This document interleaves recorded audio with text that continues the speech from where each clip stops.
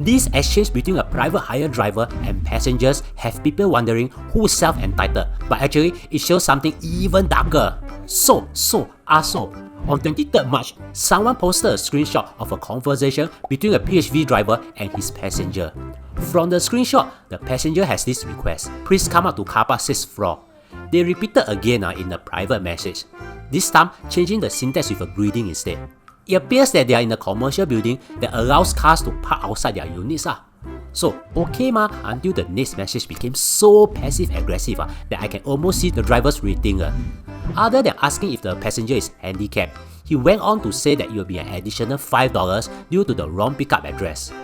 If I were the passenger, I would have cancelled immediately cause I asked you. Have you ever sat in the car when you have just quarreled with your wife? Might as well just walk home, even if it's from Jurong to Tampines.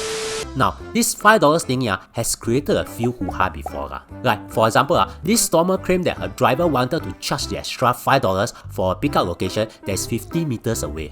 Or in this case, that is much more relevant, when the driver asked for the extra charge for going 3 levels up.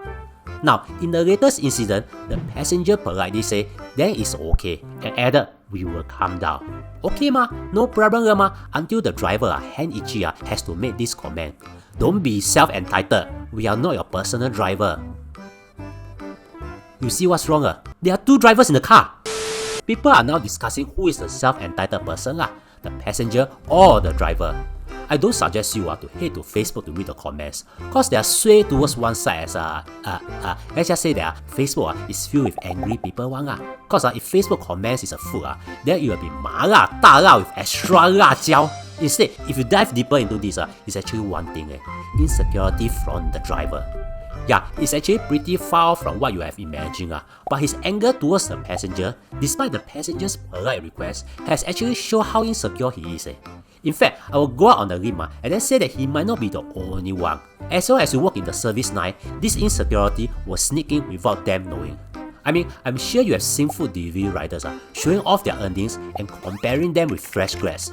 You see, if you are in the service line, you serve others, and therefore, no matter how you try to see it from different angles, you'll still be just as inferior by some people. After all, the served is superior, while the server is inferior. What happens is that instead of letting others judge you, you judge yourself. If you think you're inferior, you'll be angry, and therefore, if you have ego, you'll reject inferiority that might not even exist in the first place.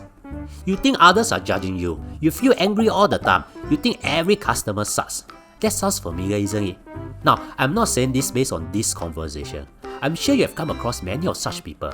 In this case, the driver might be bad, so it doesn't affect us. But what's concerning is when these insecure people work with us instead. Their insecurity will affect not just them, but everyone around them. Unlike a PHV driver, whereby there's a system to filter out these people, in the workforce, the boss cannot fire someone who's insecure, right? Which leads to many problems, and I assure you, I am not targeting my colleague whose surname is Star and then last name is Ziwei. But you get the idea. In the PHV case, no one is self-entitled. Instead, someone is insecure. You can agree to disagree with me, but think just think. How would your friends think if they realize you have just wanted to start an argument with a cat? If you think I've learned something, consider subscribing now. And also watch this video to be slightly smarter.